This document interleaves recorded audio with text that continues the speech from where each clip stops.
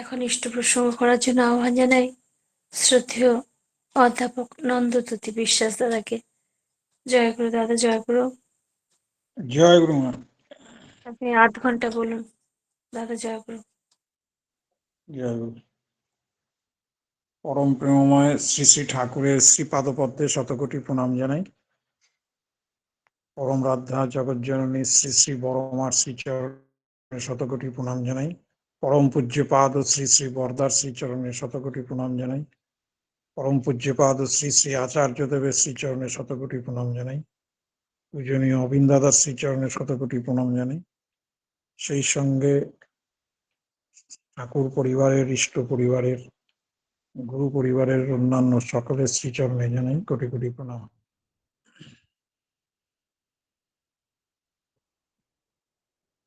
আজকে বোধহয় 4র্থ দিন ইষ্ট প্রসঙ্গ করছি। সর্বপ্রথমেই উপস্থিত সকল শ্রী শ্রী ঠাকুরের পবিত্র পুত পাঞ্জাধারী সকল কর্মীবৃন্দ এবং সকল ইষ্টপ্রাণ দাদা, ভক্তিমতী মায়েরা এবং ছোট ছোট ভাই বোনেরা যথাস্থানে আমার সশ্রদ্ধ প্রণাম, শুভেচ্ছা, ভালোবাসা এবং সেই সঙ্গে অন্তরের অন্তঃস্থল থেকে এরা আনন্দিত জয়গুরু জানাই। আমরা এখানে যারা উপস্থিত আছি বা সকলেই শ্রী শ্রী ঠাকুরের সৎনাম গ্রহণ করেছি, কিন্তু আমাদের সকলের যে বিশ্বাস, সেই বিশ্বাসটা এখনো ঠাকুরের প্রতি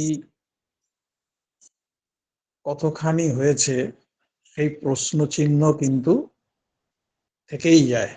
যে আমি যে বলছি, আমারও মনের মধ্যে মাঝে মধ্যে কিন্তু এটা ওটা উকি দেয়, দেয় না তা না, কিন্তু শ্রী শ্রী ঠাকুর বলছেন সেই জায়গাটাতেই, অর্থাৎ আগে বিশ্বাসটাকে পাকা করতে হবে, তিনিই যে সব।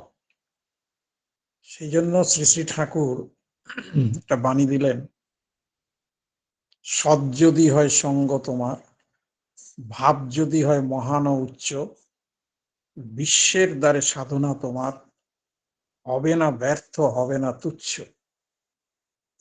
আবার আরেক জায়গায় বাণী দিলেন, ইষ্ট গুরুর স্বার্থ রক্ষা, প্রাণ গেলেও তুই ছাড়িস না, সব পাপেতেই তোরে যাবি, ঋষির বাণী ভুলিস না।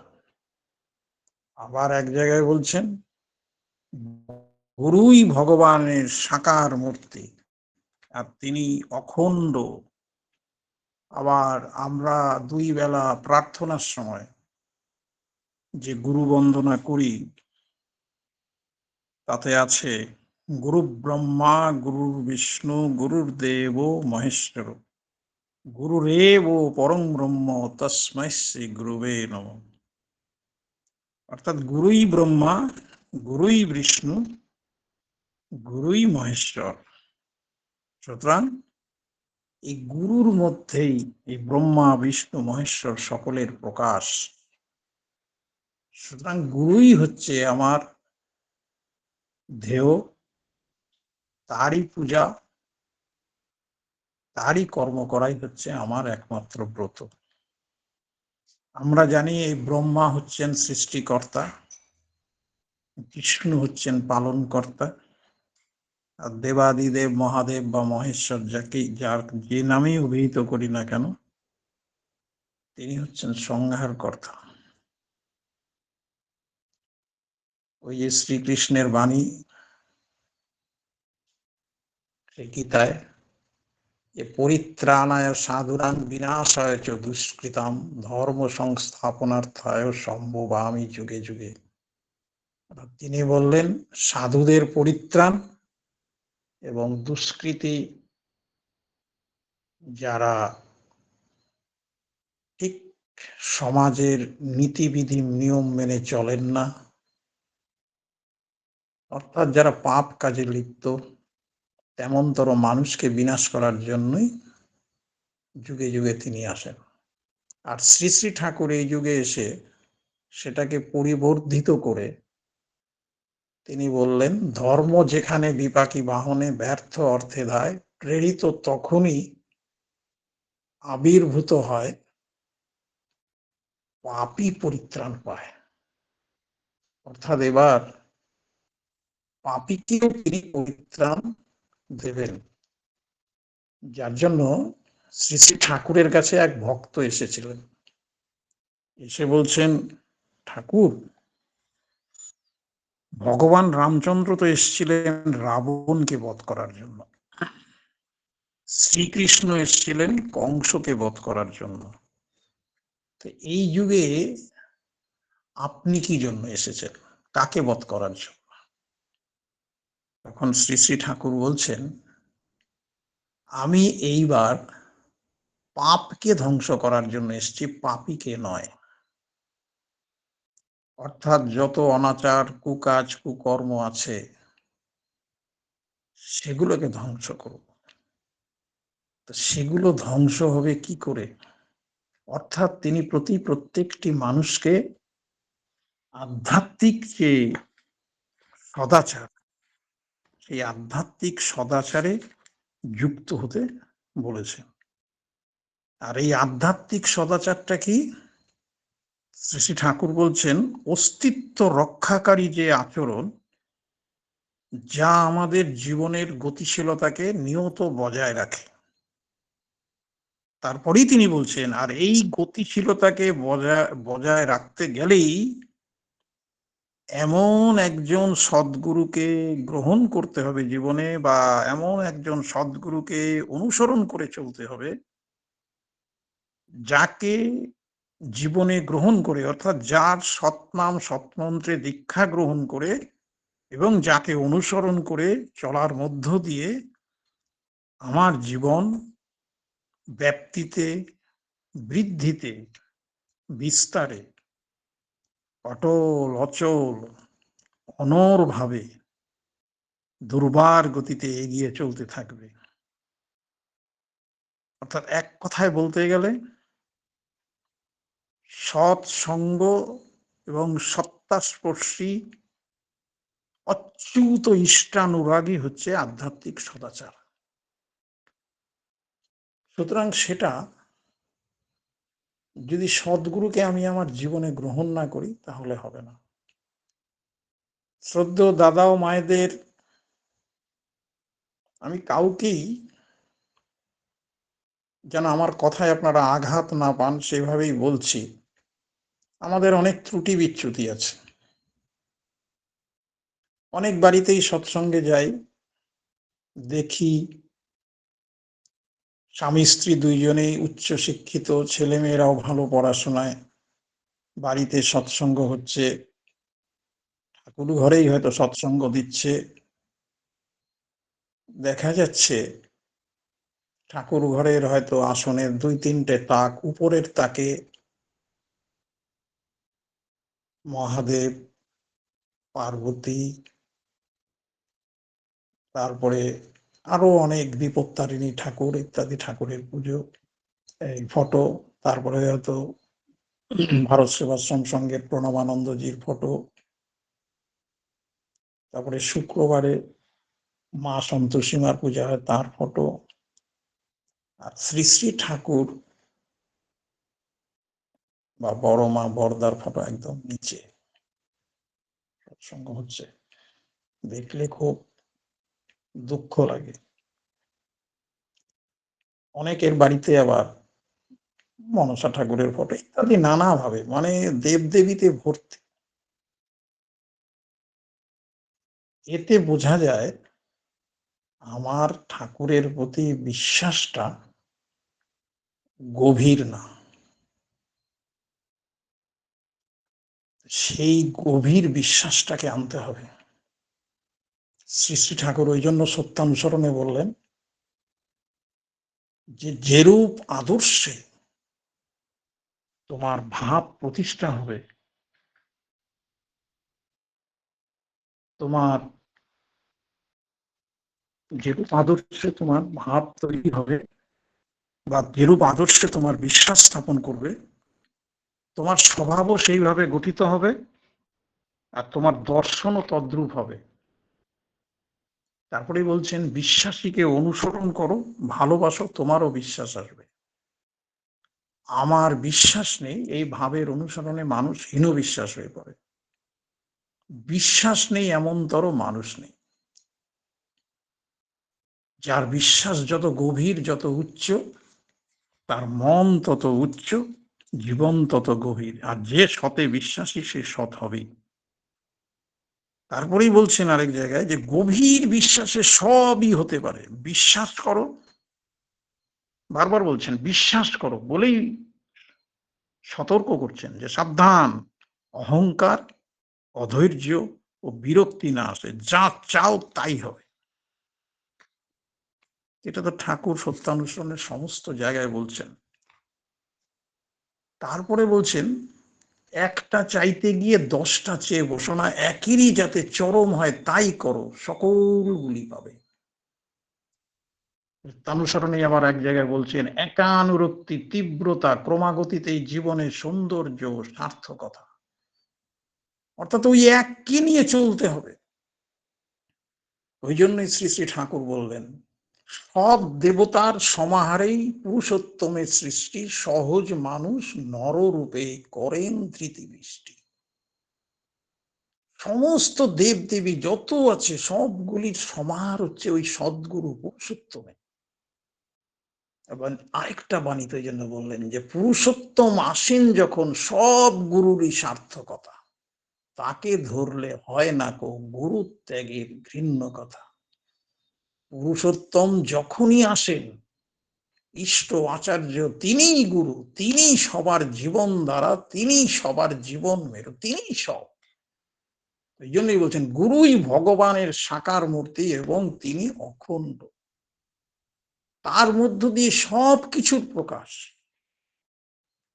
আর আমি যখন সদ্গুরুর দীক্ষা নিয়েছি, সুতরাং তিনি যা বলছেন এবং বর্তমানে আচার্য পরম্পরায় আচার্যদেব যা বলছেন সেটাই আমার জীবনের নির্দেশ, সেটাই আমি শিরোধার্য করে পালন করব।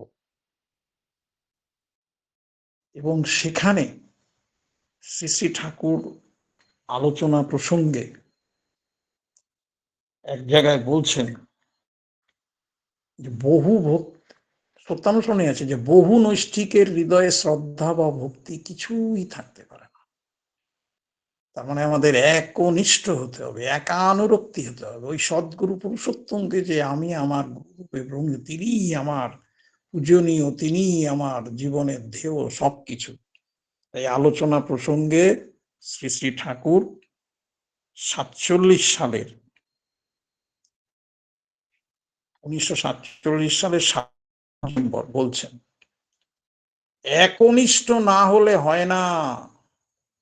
বহু নৈষ্ঠিকতা নিষ্ঠুর ব্যভিচার ছাড়া আর কিছু নয়। ওকে নিষ্ঠাই কয় না।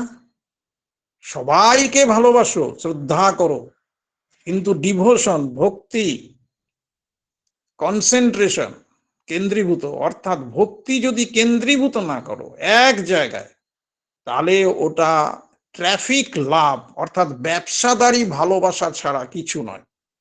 এই ব্যবসাদারি ভালোবাসাটা কি? শ্রী শ্রী ঠাকুর বলছেন যে যেমন ধরো একজন মানুষ, সে তার স্বার্থ সিদ্ধি করতে হবে এবং সে তার স্বার্থ সিদ্ধির জন্য বহু সাধু বাবার কাছে ঘুরে বেড়াচ্ছে, যাচ্ছে এবং সবার কাছেই খুব ভক্তি দেখাচ্ছে, কিন্তু সে কাউকেই অনুসরণ করে না। কারণ তার উদ্দেশ্য হচ্ছে কোন জায়গায় গেলে আমার স্বার্থটা আমি কায়েম করতে পারব। সুতরাং এটাকে ভক্তিও বলে না, নিষ্ঠাও বলে না। আমাদেরকে সর্বপ্রথম ওই যে দীক্ষা গ্রহণের সময় যে প্রথম সংকল্পটা, যে এই দীক্ষা গ্রহণ করিয়া আমি সর্বান্তকরণে শপথ করিতেছি যে মানুষের জীবন ও বৃদ্ধির পরম উদ্ধাতা শ্রী শ্রী ঠাকুর অনুকূল চন্দ্রকে প্রতিষ্ঠা করায় এইক্ষণ হইতে আমার জীবনের যজ্ঞ হোক। হ্যাঁ, ওইটাই আমাদের যজ্ঞ। এবং এইবার এত কথা বলার পরে যেটা বলার উদ্দেশ্য, সেই ঘুরে ফিরে আমার বাবার কথাতেই আসতে হবে। আমাদের বাবারা একান্নবর্তী পরিবারের ছিলেন, বাংলাদেশে যে থাকতেন, সিলেটে। এবং আমার যে বাবা, তার যে বাবা অর্থাৎ আমার ঠাকুরদা, বাবার 4 বছর বয়সের সময় মারা যান। এবং আমার কাকা, বাবারা 2 ভাই ছিল, আমার বাবা এবং কাকা তাদের পড়াশোনা করতে হয় ওই আসামের শিলচরের মামার বাড়িতে। কারণ বাড়িতে তো আর উপার্জনের কেউ ছিল না, যতই একান্নবর্তী পরিবার হোক, মামার বাড়িতে থেকে মানুষ। এবং বাবাদের যে পরিবার, সেই পরিবারে কারোরই আয়ুষ্কাল ওই 60-65 বেশি নয়। ওই 50-এও মারা গিয়েছেন, কেউ 55-তেও মারা গিয়েছেন। যাক, আয়ুষ্কাল কারো বেশি নয়। সেই জায়গায় বাবা যখন শ্রী শ্রী ঠাকুরের সৎনাম গ্রহণ করেন, বাবার মামা শ্বশুরের কথা সেটা বলেছি প্রথম দিন, সেই বাবা আমাদের 99 বছর বেঁচেছিলেন। এইখানেই তো শ্রী শ্রী ঠাকুরের দয়া এবং শ্রী শ্রী ঠাকুর কে, তিনি যে যুগ পুরুষোত্তম এই যুগের, তার ইচ্ছাতে যে সমস্ত দুনিয়া চলছে, সেটা বোঝা যায়। এবং এই প্রসঙ্গে বলতে দ্বিধা নেই, বাবার যে ছোট ভাই, আমাদের কাকা, আমার বাবার নাম ছিল প্রমোদ রঞ্জন বিশ্বাস, ডাক নাম ছিল পটল। আর কাকার ভালো নাম ছিল পবিত্র রঞ্জন বিশ্বাস, ডাক নাম অটল। এবং আমার কাকা থাকতেন, বা কাকার পরিবার পরিজন, আমার খুড়তুতো ভাই বোনরা ত্রিপুরার ধর্মনগরে থাকতেন। ওই কাকাও শ্রী শ্রী ঠাকুরের সৎনাম গ্রহণ করেছিলেন, বাবাই দিয়েছিলেন। কিন্তু বাবা যেহেতু অনেক দূরে থাকতেন, দেখভাল করা হতো না। কিন্তু বাবা বুঝতে পারতেন, কাকা যখন জলপাইগুড়িতে আমাদের বাড়িতে আসতেন, আমি দেখেছি, আমরা বাবা কাকাকে ধমক দিতেন, ইষ্টভৃতি ঠিক মতো করতেন না। এবং সেখানে কোনো রকম বাবা ছোট ভাই বলে যে তাকে স্নেহ মমতায় ভুলিয়ে দেবেন, এরকমও বলছেন যে তুই ইষ্টভৃতি করিস না, তুই আমার কথা শুনছিস না, তুই আমাকে কেমন ভালোবাসিস, ঠাকুরকে ভালোবাসা তো অনেক পরে। বলছে এই ইষ্টভৃতি না করলে বাঁচবি কেমন করে। এবং সত্যি তাই, আমার কাকাও কিন্তু 55 বছর বয়সে মারা যান, ইষ্টভৃতি সঠিকভাবে করতেন। ওই যে বংশধারার মধ্যে আছে, কিন্তু ব্যতিক্রম আমার বাবা, কারণ তিনি ঈশ্বর ঠাকুর ছাড়া কিচ্ছু বুঝতেন না। এবং আমাদের বাবাদের বাড়িতে যে নিয়ম ছিল, বিয়ের আগে কালী পূজা হয়। এবং তারও আগে বলি, আমাদের বাবাদের পরিবারের কুলগুরু ছিলেন। বাবা প্রথম যখন শ্রী শ্রী ঠাকুরের সৎনাম গ্রহণ করেন, তারপরে ঠাকুমা কাকা এরাও গ্রহণ করেন, তখন সে বাড়ির থেকে প্রচন্ড বিরোধ এসেছিল। আমার ঠাকুমা যেহেতু মাথার উপরে তার স্বামী ছিল না, কারণ আমাদের ঠাকুরদা বাবার 4 বছর বয়সেই মারা গেছে, বাবাকে সিলেটি ভাষায় কথা বলতেন ঠাকুমা। বাবাকে বলতেন, তুই ইতা খিতা করস, বাড়ির লোকের কথা শুনস না, তুই আবার ঠাকুরের দীক্ষা লইছস, আমরাও দিছস। তখন বাবা বলতেন একটা কথাই, মা আমি তো তোমাকে ভালোবাসি, তোমার আমার সবাদের যাতে মঙ্গল হয়, সেই জন্যই তো শ্রী শ্রী ঠাকুর সদ্গুরুকে ধরেছি। যাই হোক, এরপরে একদিন কুলগুরু আসলেন বাবাদের বাড়িতে। ঠাকুমা কিন্তু তাকে যথাবিহিত সম্মান ইত্যাদি দেখালেন। যা যা করণীয় করলেন। কারণ ঠাকুর বলেছেন সকলকে শ্রদ্ধা করতে, ভক্তি করতে। কারণ তিনি বলেই দিয়েছেন, পূর্বতনে মানে না যারা, জানিস নিছক ম্লেচ্ছ। সবাইকেই গুরুদের সবাইকেই শ্রদ্ধা ভক্তি করতে হবে, কিন্তু বর্তমান পুরুষোত্তম যিনি, তাকে ধরে মেনেই আমাকে চলতে হবে। এবার সেই কুলগুরু শ্রী শ্রী ঠাকুরের নিন্দা শুরু করলেন। ঠাকুমাকে বললেন, আপনার বড় ছেলে এ কি করেছে? ভাবতে পারেন বাবা যেই গুরু নিন্দা শুনলেন সেই কুলগুরুকে বলছেন, আপনি কেমন গুরু, অন্য গুরুর নিন্দা করছেন। এই শ্রী শ্রী ঠাকুরের একটা বাণী আছে না, পরের ইষ্টে নিন্দা করে হলি ইষ্ট নিষ্ঠ, নিজেরই পা ভাঙলি যে তুই, বুঝলি না পাপিষ্ঠ।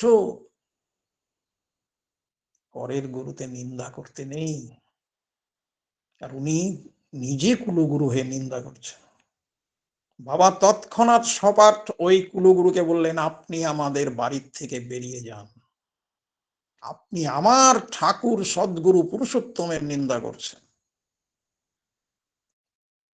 সেই কুলগুরু অনেক কিছু উল্টাপাল্টা বলে বেরিয়ে গেলেন।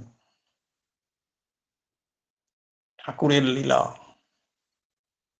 বেশ কয়েক মাস পরে সেই কুলগুরুই আমাদের বাবাদের বাড়িতে এসে বলছেন, না, ঠাকুমাকে বলছেন, আপনার বড় ছেলেই ঠিক, এখন আমার দীক্ষা নেওয়ার ঠিক নয়। ওই পুরুষোত্তম শ্রী শ্রী ঠাকুর অনুকূল চন্দ্র এখন পাটনায় অধিষ্ঠান করছেন, তিনিই সদ্গুরু, তারই সৎনামে দীক্ষা গ্রহণ করে চলতে হবে। জয় গুরু। এটা সেই কুলগুরুর নিজের মুখের কথা। এবার যেটা বললাম, বাবাদের বাড়িতে বিয়ের আগে কালী পুজো হতো, এইবার বাবার বিয়ের আগেও কালী পুজো হয়েছে, কারণ বাবা তো বিয়ের পরে দীক্ষা নিয়েছে। এবার কাকার বিয়ে হবে, বাবা ঠাকুমাকে বললেন, না, এবার আর কালী পুজো হবে না। তখন ঠাকুমা বললেন, কি হবে? তখন বাবা বললেন, সৎসঙ্গ হবে শ্রী শ্রী ঠাকুরের। তখন ঠাকুমা, বাবার যারা কাকা জ্যাঠা ছিলেন, তারা বলছেন, এটা বংশের কুলাচার, বংশের নিয়ম, এতদিন ধরে হয়ে আসছে, কেন এটা হবে না? বাবা বলছে, পুজো তো হবেই, পরম দয়াল পুরুষোত্তম, যুগ পুরুষোত্তম শ্রী শ্রী ঠাকুরের পুজো হবে, সৎসঙ্গ হবে। যাক, বাগবিদণ্ডা চলছে, এমন সময় বাবার যে বয়োজ্যেষ্ঠ কাকা জেঠারা, তারা বললেন যে ঠিক আছে, পুরোহিত মশাইকে ডাকা হোক। পুরোহিত মশাইকে ডাকা হলো। কালী পূজার কত খরচ হবে সেই খরচের হিসাব হলো। বাবাকে কাকা জেঠারা নির্দেশ দিলেন। তখন শ্রী শ্রী ঠাকুর দেওঘরে চলে এসছেন। বাবা বললেন যে, বাবাকে, যে তুমি দেওঘর যাও এবং সবিস্তারে ঠাকুরকে সব বলবে যে আমাদের বাড়িতে বিয়ের আগে কালী পুজো হয়, সেটা করব। আর তুমি যেটা বলছো যে সৎসঙ্গ হবে, তো শ্রী শ্রী ঠাকুর যা বলবেন তাই হবে। ঠিকই আছে। পুজোর হিসাব পুরোহিত মশাই দিলেন, সেই পরিমাণ টাকা নিয়ে বাবা দেওঘর রওনা হবেন। এবার কাকা জ্যাঠাদের তো বাবার প্রতি বিশ্বাস নেই, কারণ এসে কি বলবে। ওই জন্য সঙ্গে একজনকে দিলেন, যে ঠাকুরের সঙ্গে বাবার কি কি কথা হয় সেটা এসে সবিস্তারে বলবে। বাবার সঙ্গে একজনকে দেওয়া হলো, সে কিন্তু অদীক্ষিত। গেলেন দেওঘরে। এবার দেওঘরে যখন গেলেন, তখন কলকাতার থেকে আবার একজন ভক্ত এসেছেন, তারও একই সমস্যা। বাড়িতে বিয়ের আগে কালী পূজা হয়, কিন্তু ওনার ইচ্ছা যে কালী পূজাটা না করার। এবার বাবার সঙ্গে যিনি গেছেন আর ওই ভক্ত একই সঙ্গে গেস্ট হাউসে আছেন মনমোহিনী ধামে। এবার ওই কলকাতার থেকে যে ভদ্রলোক এসছেন তিনি বাবাকে বলছেন যে আমার খুব ইচ্ছা, বুঝলেন, শুনছি এইখানের বৈদ্যনাথ ধামের কালী ঠাকুর খুব জাগ্রত, ঠাকুর যদি আমাকে ওইখানে পূজা দিতে বলেন খুব ভালো। বাবা গেলেন রেগে, বলে আপনি তো নিজেই সিদ্ধান্ত নিয়ে এসছেন, ঠাকুরের প্রতি তো আপনার বিশ্বাসই নেই। আপনি বলছেন ঠাকুর যদি আমাকে বৈদ্যনাথ ধামে পূজা দিতে বলেন তাহলে সেখানে পূজা দিলে ভালো। আপনি এটা বলবেন না কালকে রাত্রে কথা হচ্ছে, আপনি ঠাকুরের উপর ছেড়ে দেবেন, ঠাকুর যা বলবেন শ্রী শ্রী ঠাকুর যা বলবেন সেটাই মানবেন। বলে ও আচ্ছা আচ্ছা ঠিক। বলে হ্যাঁ, তাহলে আপনার বিশ্বাসের গভীরতা কোথায়, এত ঠুনকো কেন বিশ্বাস? যাই হোক, পরের দিন সকালবেলায় যখন প্রণাম পর্ব চলছে, বাবা ওই কলকাতার ভদ্রলোককে বললেন আপনি আগে যান। উনি গেছেন, শ্রী শ্রী ঠাকুরকে বলছেন যে আমাদের বাড়িতে বিয়ের আগে কালী পূজা হয়, এবার বাড়িতে আবার বিয়ে অনুষ্ঠান আছে, তো কি করব? অন্তর্যামী লীলাময় ঠাকুর সব জানেন, ওনাকে বলছেন ওই তুই বৈদ্যনাথ ধামে গিয়ে পূজা দিয়ায়। দুজন ঠেলা, যে তোমার যে বিশ্বাস নেই সেটা বুঝিয়ে দিলেন, ওই জন্য বলছেন ওই তুই যা ওই বৈদ্যনাথ ধামে পূজা দিয়ায়। বাবার ওইটা শুনে আবার মন খারাপ হয়ে গেল। বাবা বলেন এ বাবা, আমাকেও যদি তাই বলে। ওই যে অন্তর্যামী ভগবান সব বোঝেন, কি করছি না করছি আমরা, যদি আমরা তাকে একটু ভাবি জীবন্ত ঠাকুর, ফটক ঠাকুর নয়, তিনি এখনো আছেন বিদ্যমান আমাদের মধ্যে, যারা যথাযথ ভাবে যজন যাজন ইষ্টভীতি শাস্ত্রী সদাচার পালন। এবার বাবা গেলেন, বাবা গিয়ে বলছেন ঠাকুর আমার বাড়িতে আমার ছোট ভাইয়ের বিয়ে, আমাদের বাড়িতেও এরকম বিয়ের আগে কালী পুজো হয়। বাবা বলছেন আমার বিয়ের আগেও ঠাকুর হয়েছে কালী পুজো, এবার কি করব ঠাকুর? শ্রী শ্রী ঠাকুর বাবাকে বলছেন তোদের ওই বাড়িতে যে কালী পুজো হয় তার খরচ কত রে, খরচের হিসাব করিসিস? বলে হ্যাঁ ঠাকুর এত। বলে সঙ্গে আনিসিস? বলে হ্যাঁ ঠাকুর। ঠাকুর নিজের পাটা দেখিয়ে বলছেন যেটা এনেছিস এখানে দে। ওই শ্রী শ্রী ঠাকুরের পায়ের সামনে বাবা একটা পুকলি করে নিয়ে গেছিলেন, রাখলেন। বলছেন যা বাড়িতে গিয়ে ভালো করে সৎসঙ্গ করবি, বুঝলি? হ্যাঁ।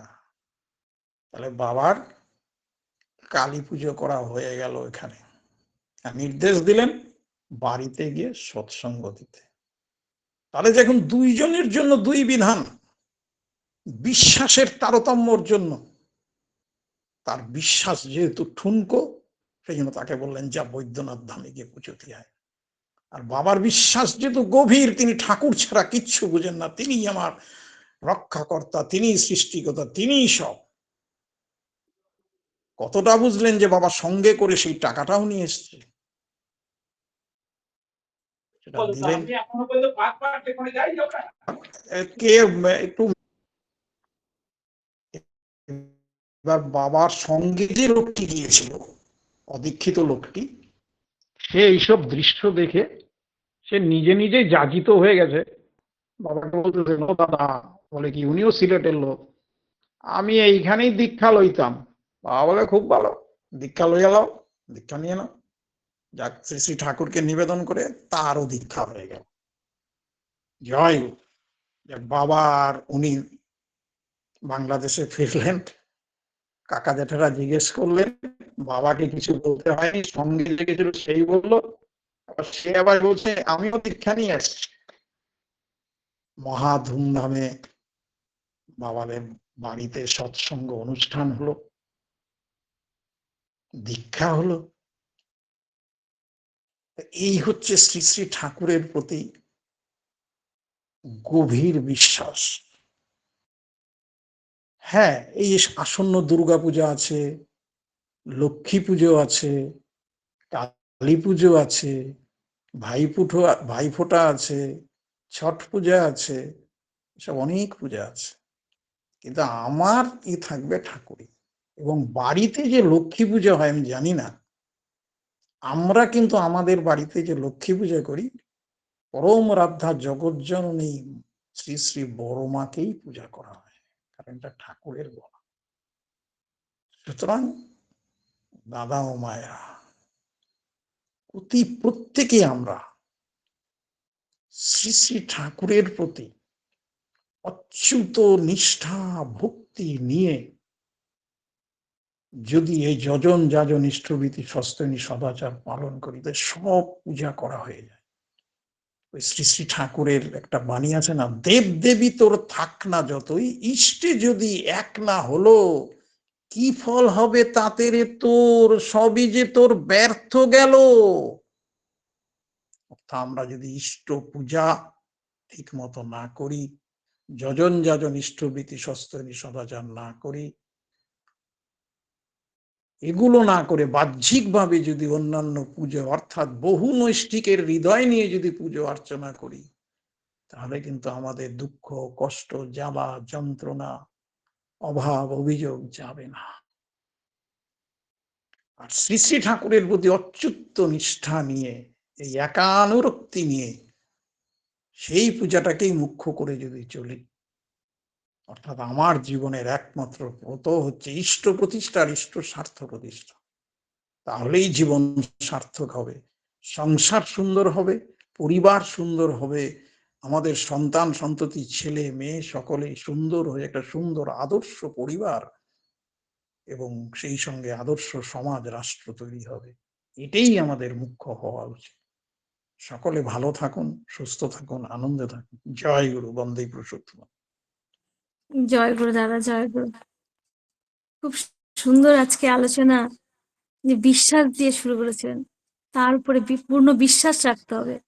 গুরুই সব, গুরুর মধ্যে ব্রহ্মা বিষ্ণু মহেশ্বর বিদ্যমান। সাধুদের পরিত্রাণ এবং পাপীদের বিনাশ করার জন্য তিনি যুগে যুগে এসেছেন। কলিযুগে তিনি পাপীকে পরিত্রাণ দেওয়ার জন্য এসেছেন। বহু নৈষ্ঠিকের ঈশ্বর প্রাপ্তি হয় না, একক কেন্দ্রিক হতে হবে। ইষ্টভীতি সঠিক না করলে কি হয়, তার নিজের জীবনে নিজের কাকুর কথা বলে আমাদের সমৃদ্ধ করলেন। তাকে ধরে তার বিধি বিধানগুলো মানলে আয়ু বেড়ে যায়। তাই আপনার বাবার জীবন্ত মানে আমাদের জীবন্ত যে তার উদাহরণ দিয়ে আমাদের সমৃদ্ধ করলেন। যজন যাজন ইষ্টভীতি সস্তৈনী সদাচার, এই নীতি মেনে চলতে হবে। অচ্যুত নিষ্ঠা নিয়ে তাকে ভালোবাসতে হবে এবং তাতেই আমাদের জীবন সার্থক হবে। বিশ্বাসে যে সব হয়, তা আমাদের কাছে আলোচনা করে আমাদের প্রত্যেককে সমৃদ্ধ করলেন। খুব ভালো থাকুন দাদা, আবারও আসবেন, তার কথা শুনিয়ে তার প্রতি তন্মুখী করে তুলবেন। পরমপিতা রাঙা রাতুল চরণে আপনার এবং আপনার পরিবার পারিপার্শ্বিকের সবার সুদীর্ঘ নিরোগ জীবন প্রার্থনা করি। ভালো থাকুন দাদা, সুস্থ থাকুন। জয় গুরু, জয় গুরু। আপনারা সকলে ভালো থাকুন। জয় গুরু।